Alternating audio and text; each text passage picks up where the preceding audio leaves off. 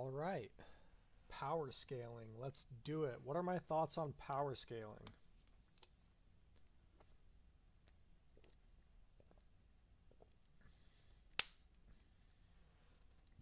Before I get into my own trope, I'd like to read something that I thought was along similar lines, just to show that I'm not necessarily the only one who thinks along these lines.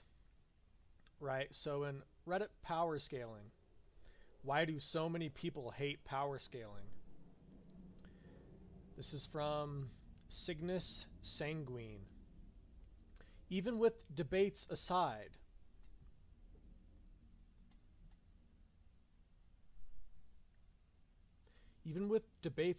I don't know why people absolutely dog on power scaling. Even the Shin Megami Tensei fandom hates it when it's just people having fun.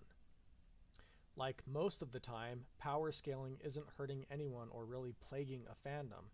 Like, yeah, there are a good handful of power scalers in the SMT community, but it isn't a constant stream. I get that power scaling is nerd shit, but isn't that what keeps a series alive or at least plays a part? Power scaling is essentially just a form of media analysis and a way of showing dedication to a series, as it takes effort to rewatch episodes and search for scans. I myself am a solo power scaler who doesn't really debate, and I find it very fun. I just hate how power scaling has gotten such a bad reputation, and I hate how people always bring up the point that it's fiction and the author is in full control. All fun is allowed in a community except power scaling. That's where people draw the line. So, anyways, coming to this from a philosophical point of view, where abstract ideas are debatably coming into the idea of affecting reality, I've attempted to create a standard for arguments where ultimately the argument fails when it becomes proven, because at that point in time it becomes like proving yourself. And the only one that you can truly prove yourself to is yourself, because you're the only one who really know what you are ultimately. But you can realistically, if we say that obviously, there are things that are similar to other things in reality, enough so that we can come to conclusions, and we can say that just because it isn't the exact same doesn't necessarily mean that we can't understand something based upon extrapolation or through some form of postulation or guesswork, which means that there are obviously people like you. And I just wanted to point this post out because I think it relates to the end of my attempt to standardize power scaling here. And this is more so an attempt to even create the idea of philosophy to have a sense of standard, where the ideas, even in an academic setting, can become out of hand and out of control in regards to the postulations of where our focus, and I'd like to maintain the idea of focus itself, because we can get into terms and definitions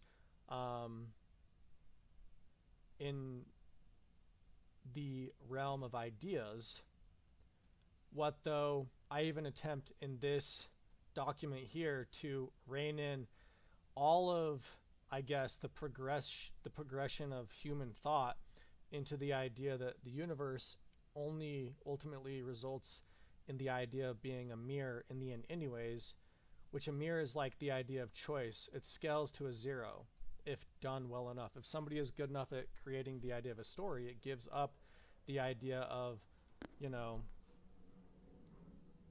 it being that the greatest story is story itself, which is relatable to the idea of life. Consciousness is the greatest thing that is possible, right? So that's like in philosophy or in religion, theology, the idea of omnipotence or omniscience, which If we're talking about those things, I like to describe and define um, omnipotence as the ability to raise consciousness at any point in time. And I think that that is probably my personal adherence to the idea of omnipotence that I would kind of go up against other definitions or descriptions of it, because I think that ultimately it's like in power scaling where you're saying that this idea contains these smaller ideas, so it's a greater idea, which ultimately something that, you know, is sort of omnipresent. And obviously we're going to get into semantics, you know, with the definition of things like that, in which case I probably should look up the definition of these things anyways, just to cover my bases here. Omnipotent. Omnipotent means having very great or unlimited authority or power.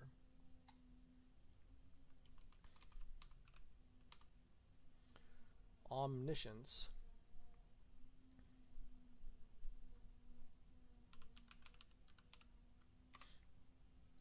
Quality of having or seeming to have unlimited knowledge or awareness.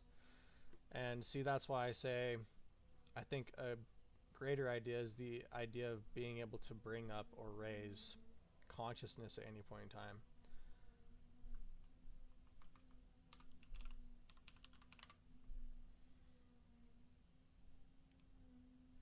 Omnipresence, the presence of God everywhere at the exact same time. And these are very common ideas to explore when you're discussing how great an idea is and the influential power that it has, which is really all that storytelling in the end is anyways.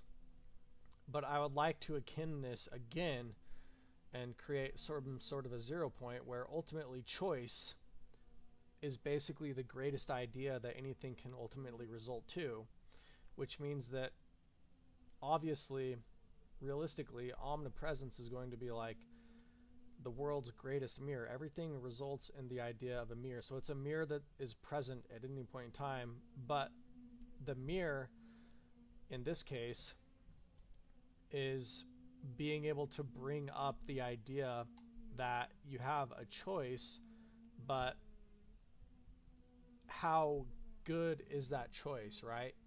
We can talk about the idea of how to relate ideas to the real world, which isn't necessarily that far-fetched of a thing to talk about in an academic setting when you're in a philosophy class, which can relate to the idea of power scaling. But again, at some point in time, all this does is become a argument of popularity. It's like trying to prove that something that you like is something that other people should like, which obviously is a very personal thing, which has many contradictions contained within that notion already, right? So again, the attempt here is to bring up the argument or the discussion to a point where it's pointing this out, because I think that things like this have to be pointed out every so often, sort of just like a checks and balances kind of thing, so that the discussion can be brought up to the point of where it's not necessarily degraded, right? But something else to kind of point out, just the ability to like discern language, right? And there's a lot of stuff to pick apart in these posts. And I say that it goes to choice because obviously the greatest standard of anything is the idea of choice, which itself is like the idea of a 0. It's the idea that you have a voice. And as soon as you have a voice yourself, then again, that's like God is the Word. Okay? So as soon as we've given and raised the consciousness up to the place where the observer, whatever the observer is, has the ability to express something, then we've raised the consciousness to the idea of one of these initial notions of goodness, and goodness is like the idea of consciousness.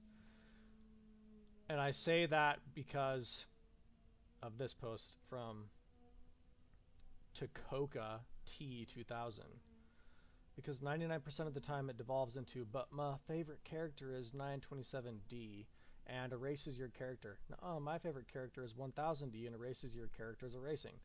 So what trumps what? Ultimately, it's the idea of choice. It doesn't necessarily matter what's said in my standard. It's just a matter of, does it raise up the idea of there being something for you to express? If so doing, then it creates the idea that there's a mirror involved, or that there's a reflection, that there is the idea of life, okay? That one of these constituents exists.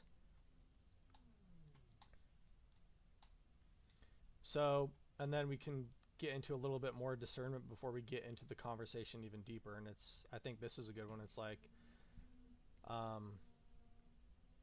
you know, the guy goes on to say, like, they're arguing right here about if power scaling should be considered at all, basically.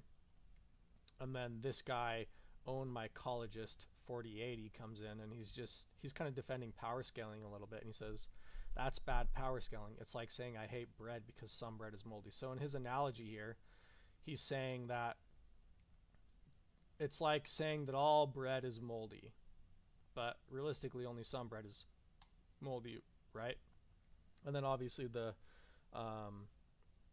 like comment back is, if moldy bread is more common than non-moldy bread, then it's correct not to like it. So he's saying, but here's kind of a funny thing, is like, he's actually using like a pretty black and white statement here to say that, well, yeah, if moldy bread is more common than non-moldy bread, then like obviously we should all agree that we hate moldy bread.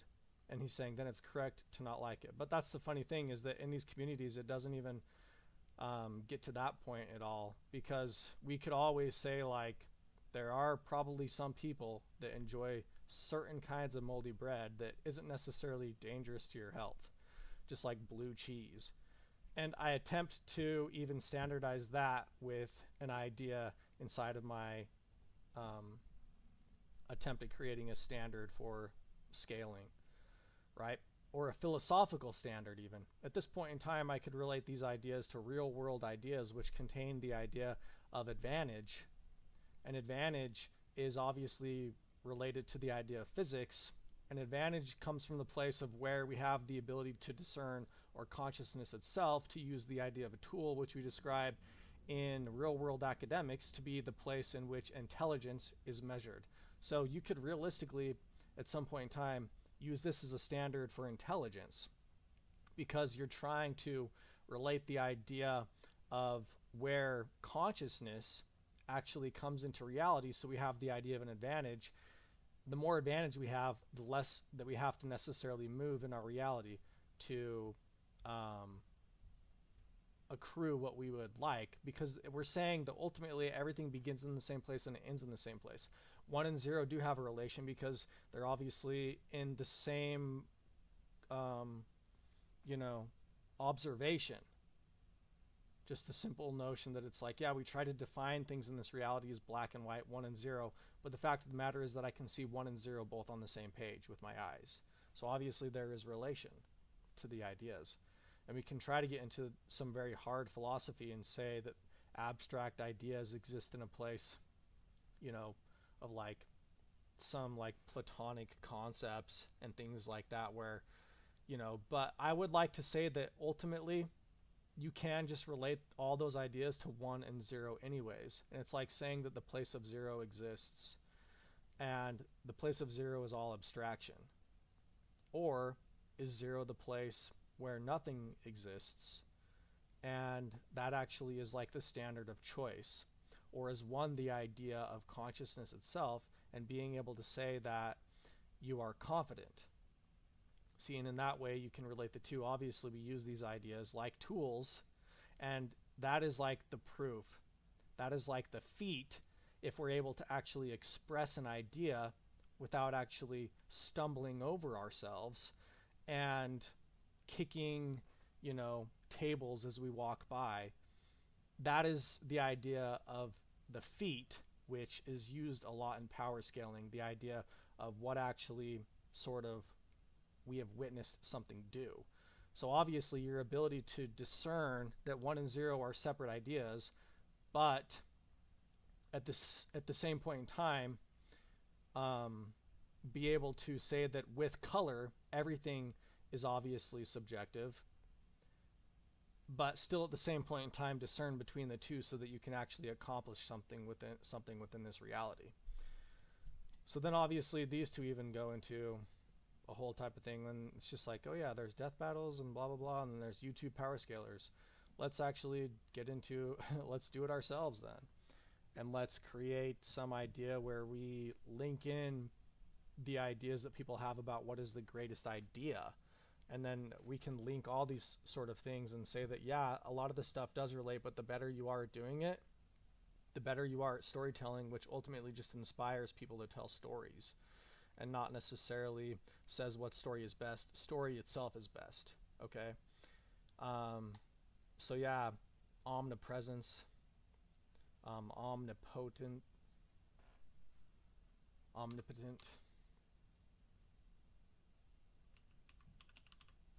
Anyways, it makes more sense to say something like the ability to raise consciousness is sort of,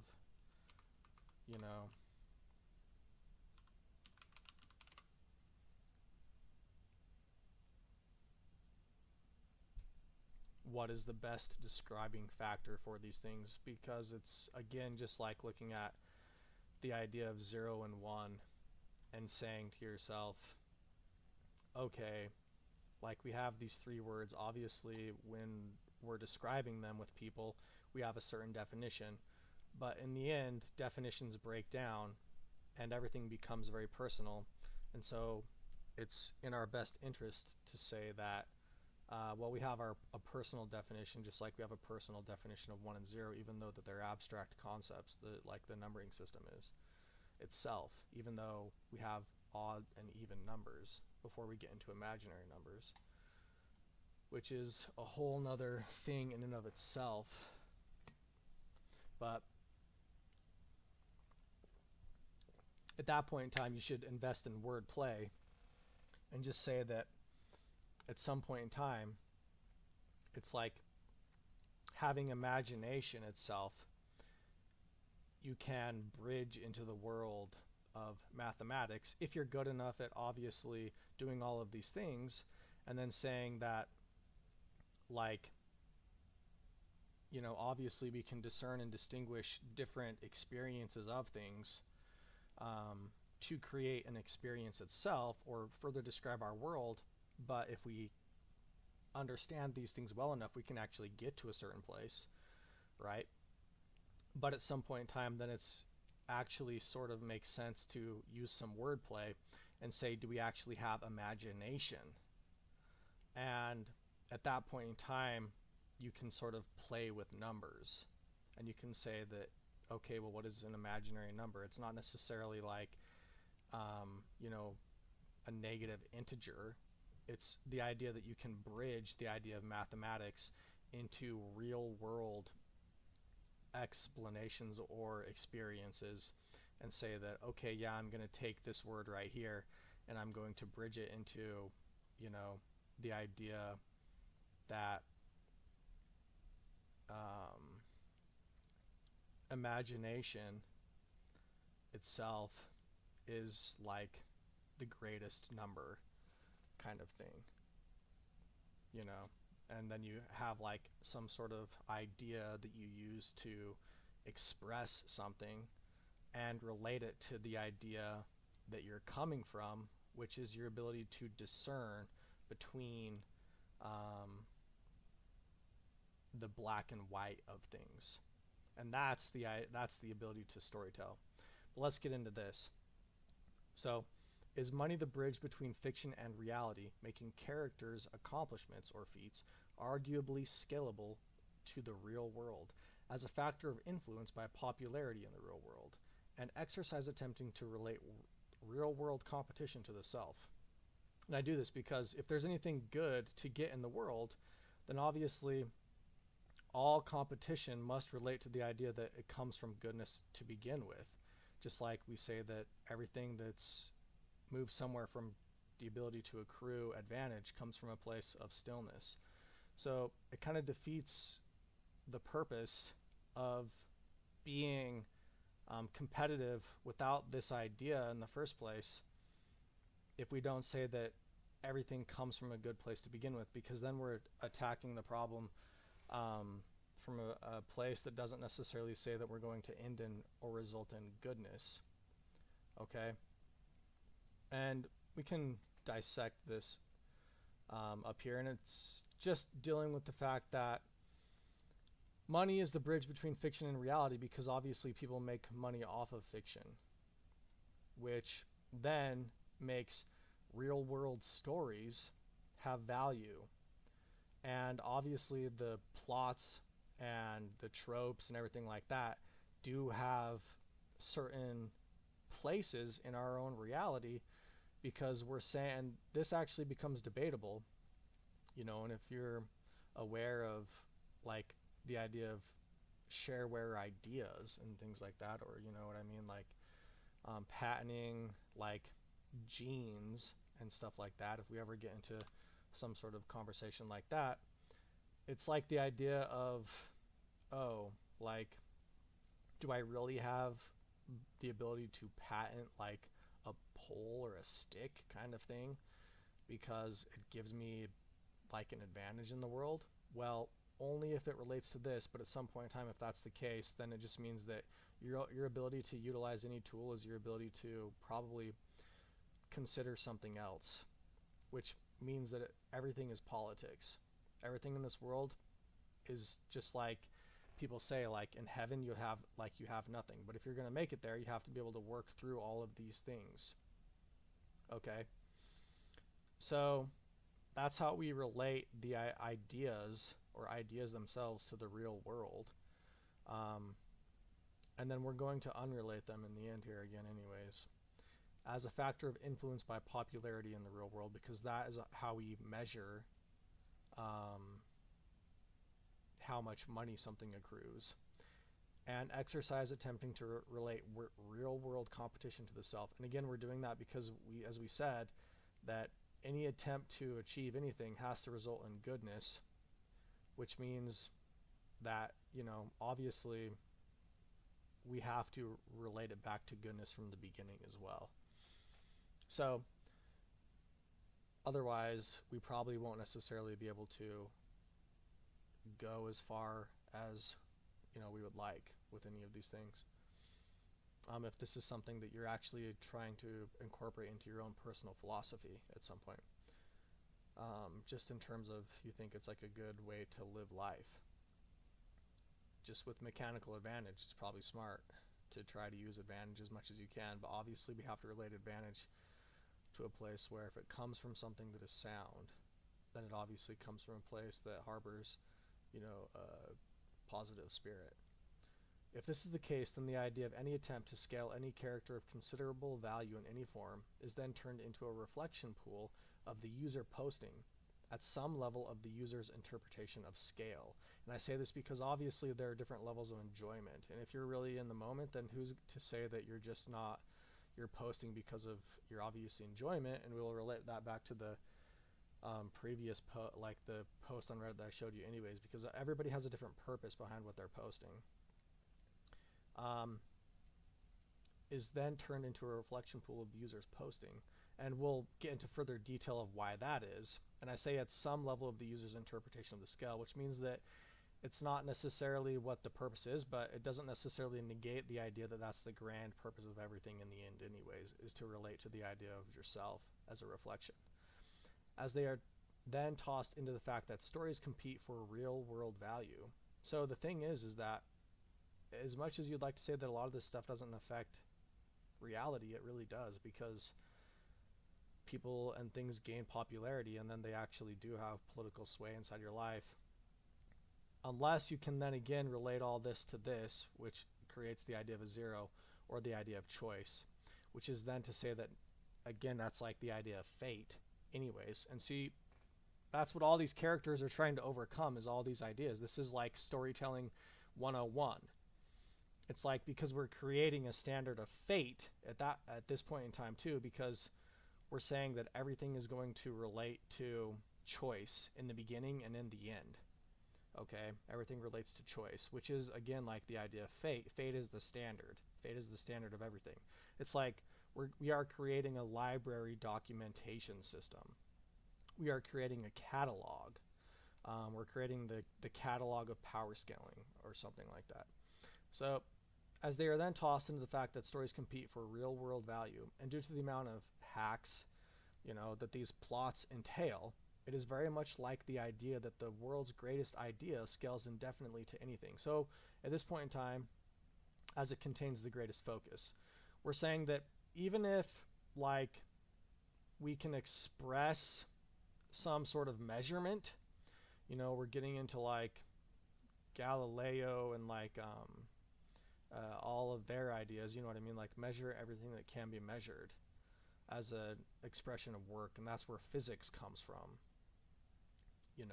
is like things like that, or like Da Vinci type of thoughts and processes. But what I'm saying is that in a lot of cases, and this should just be helpful in terms of if you're trying to build up your own type of like character in this world anyways, and I kind of have to hurry here, I have an appointment, but it's just saying that no matter how big of something you describe, that doesn't necessarily mean that it's like the greatest focus in this reality. Just because biology might be true, it doesn't necessarily mean that's something you have to focus on. A lot of those processes are automatic. What if somebody lives a better life just because they focus on other things, and it's not necessarily like biology is untrue or whatever. It's just that the fact that it's not necessarily going to lead you to the best conversations or stories as it contains. So we can say that the greatest idea contains, and we're creating our own definitions of things here. We're not using other definitions that people have used because it saves time. But I understand the concepts, so I'm going to use my own definitions to create something that's only 1, 2, 3, 4 paragraphs to try to scale myself all the way up to these ideas as it contains the greatest focus. Okay? So anyways, to continue on, which isn't necessarily the focal point of forums, because forums are like the idea of proving work, which is done more so in physics. What itself becomes debatable against as the greatest idea itself is certainly a relative concept that again points to the idea of forums being a reflection pool where you feel you have proven yourself in the mirror, because again we could say is the greatest focus chocolate ice cream or vanilla ice cream. So again, we've just created another zero. We've built ourselves up and we've brought ourselves down again, because that's the intention of trying to be smart. It's like somebody climbing a tree and not being able to climb their way back down. How high up does a tree scale? Well, what kind of like, are we just looking at something that looks like a tree? There's probably some sort of cosmological thing that looks like it could be a tree, I guarantee it. But we have to be able to bring ourselves back down. We have to be able to climb out of that tree. As in, being yourself is the most confident thing you can be, because that is actually when you are accepted. Really, the only thing that will accept you completely is yourself. Obviously, you can be sort of accepted up to a certain point, but it is extremely relative, because it would be a quality that doesn't necessarily have a universal value in work described by, say, physics, because that's your character. It's the self-defining concept that you have. But then we actually bridge into psychology, because then we say that there's really only two kinds of personalities that exist, personality A and personality B, okay, which is another discussion as well, just like my discussion of mathematics and imaginary numbers, where again we just redefine everything, because it's like doesn't serve our purpose to go too deep into an idea, when we can just express like the idea of 1 and 0 as being the most basic idea of numbers that there are anyways, to come to sort of a complete picture of what mathematics entails anyways, without necessarily going into all the abstractions of different forms of mathematics like calculus to statistics or linear algebra or any of those things, right? We can just go into like, oh, which one's more imaginary, 1 or 0? Or is imagination itself like the idea of numbers? And the better that we are at numbers, the closer we can get to imagination being a reality, because the more that we're to the idea of choice is something that is easily expressible, and it's just the idea of being able to um, communicate an idea with people, and the best way to communicate an idea with people are through zeros and ones, which just creates a mirror, because numbers themselves don't necessarily say anything. So say physics, but one of personality, okay, which is arguably as old an argument as good versus evil, work versus emotion, or life versus death. This is then held, even though it is a basic argument, again, because we're containing the idea of focus here, and what is the greatest idea. Is anybody going to come up with a greater idea of than life? Like, see, that's kind of just like a stupid blunt statement, but it should be able to hold. By the postulation that the world's greatest idea scales to any perceivable thing in existence of anything, as in life itself scales indefinitely to anything scalable itself. So we just say like, oh, they lived. And at what point in time, if we're aware of this presence of that, then it's scaled to everything. But it obviously defeats the purpose of storytelling, which is obviously where, if our purpose is storytelling, then we intersperse these ideas in different points in the idea of creating a character and building up a character who overcomes all these ideas and at some point in time relates to the audience.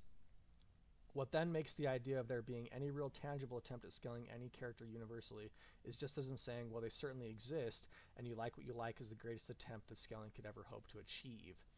Just like the idea of ever really connecting with people. That's why people say you're born into this world alone, you die alone. That's like that. It's very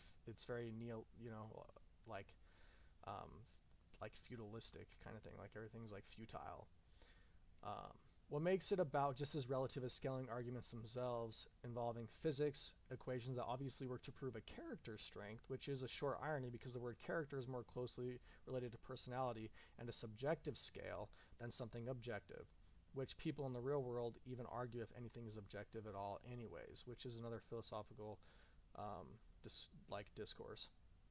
So an example of this being, for all intents and purposes, if story relates to real world value by the amount of funds a story can generate, itself regarding all feats or accomplishments in a story, but more so just the amount of money it can generate, then obviously where money's involved, plagiarism is obviously a big deal. For in so doing, it can obviously make for bad business if you're not able to protect your story. But again, it makes for bad character if you're not able to give up like something that you think is good, because goodness is something that should be out there. That's like relating to what we said back up here.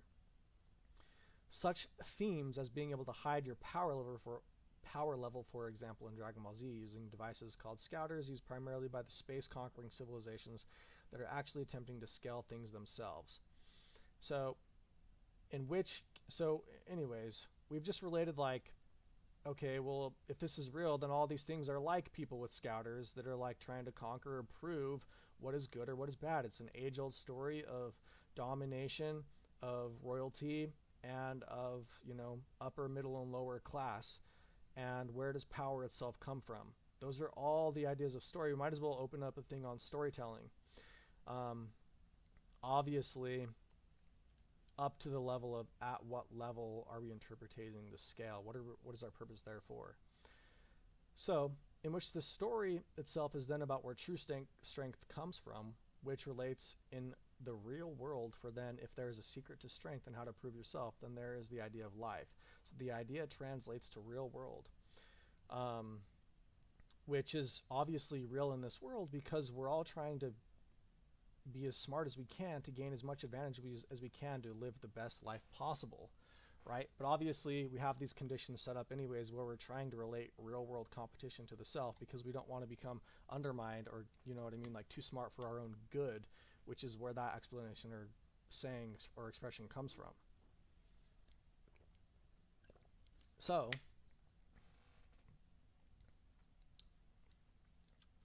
in which case the story itself is where instinct comes from, which relates in the real world. For then, if there is a secret to strength and how to prove yourself, then there is the idea of life, because there's the idea of public and private, the idea of the self and the other. So the idea translates to real world. There is a direct irony on these forums, what for all intents and purposes is fine, again, but eventually it needs to be restated that this is the case, and that a simple explanation of life and joy and a personal option as to who brings you these qualities, if you can prove it to yourself, is what you should post about. Obviously, if for this reason, then you would be more so working for a team rather than posting about pointless experiences or arguments, unless you are very proficient at upholding all of these ideas while telling the story to say that time itself is just the enemy. And maybe this is just a proof for myself. I'm not necessarily saying anyone else has to do this, but I'm obviously expressing this to myself because this is what I think is going on, or what the greater importance should be.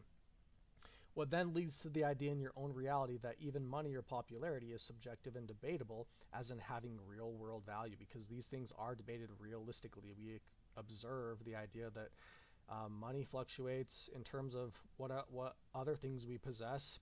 It's not necessarily the best thing to possess money if you contain all the goods.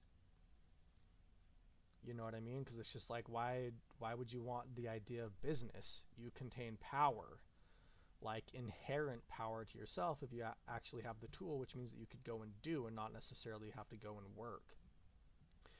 So again, you can only prove something to yourself, which is an actual thing, if you consider that there are people who are obviously like you, and that we can hold intelligence by the seams, and consideration to the ideas of color and not necessarily black and white, which is its own defeat. Again, because we're saying that, well, if we look at it with color, it's not necessarily like there's a 0 and a 1, there's just what is.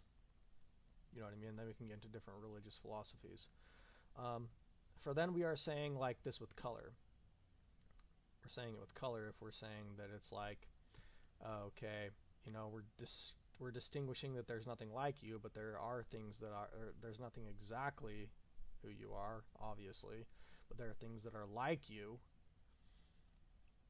you know, and we can say that you've obviously lived like this long enough for that it's like, yeah, for you to be able to express this anyways, otherwise you wouldn't be able to, you wouldn't like be here witnessing whatever this is. For then we are saying things like this with color, which just means that you have the ability to discern things for like yourself and like make relation. It then is an idea that you can prove things to things like you, and there are certainly enough things like you at this point in time if you're able to perceive such a writing as this, and the point in which you reach a space where there is nothing like you is obviously the place to define what you are, which is where work and personality could have a sublimation point, which is like something existing as like a gas, a liquid, and a solid at the same point in time. It's like saying that work and personality meet, where obviously you're not trying to be personable. It's going to be like a very definitive point in time, but that's like where you can define your character. And then there is relation between canon and fan fiction, audience and performer, real and not, 1 and 0. And that's where you get into the idea of creation and true work. We relate personality with true work because you can't necessarily tell a great story unless you do all these things, which is, okay, then creation does have some substantial basis with the idea of work itself. And from there, though, as a storyteller or somebody who's trying to create things, you understand that if you don't create something that you actually enjoy doing, you probably will never be like good at it, because you won't be able to maintain its consistency over a long enough point in time for you to actually be able to accrue any of these things to make it relatable to a real world acquisition. So there you have it. There's like my standard attempt at like trying to standardize the idea of choice and all of these things, and the idea of like who's nerfing who, because ultimately that's just the idea of like a number, and all you're saying is just like what's the greater number, 1 or 0. You know what I mean? Like they both seem pretty alone to me. You know what I mean? Which one's real and which one's imaginary, kind of thing. Like sure, we can get into the idea of like, you know, we have to have some like concept of what basic the basic nomenclature is for these things and these concepts, you know, before we get into like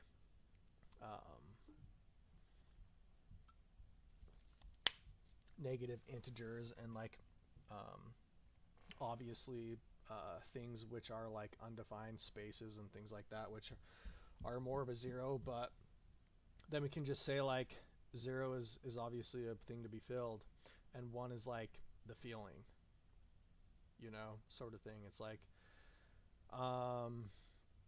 imaginary numbers, like if you're good enough,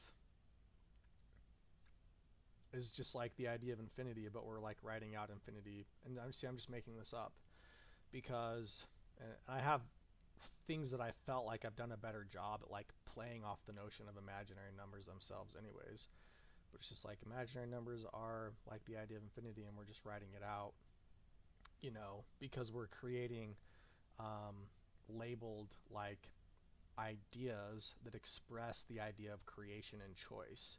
And now how we relate all of that and keep track of it to ourselves is then obviously like it doesn't even have to relate to other people, but eventually you are going to run across somebody else, and how you carry yourself relates to all of these ideas that and how you categorize and catalog all these ideas within your own life to then create the idea of, oh, that does work eventually, because then at some point in time that's like the idea of truth or the idea of fear, you know, which might be a better way to explain imaginary numbers or like rational numbers or integers, or you know what I mean, like if I'm like getting more into it, because then you just say like, oh, in the beginning there was like fear, and then there was like truth, and it's like truth ran, but at the point in time that it ran, it was like it like left fear behind, and fear is like a part of the truth kind of thing. And you can create up like a bunch of stories like that. But anyways, I gotta go. There's my like little attempt, and like some obvious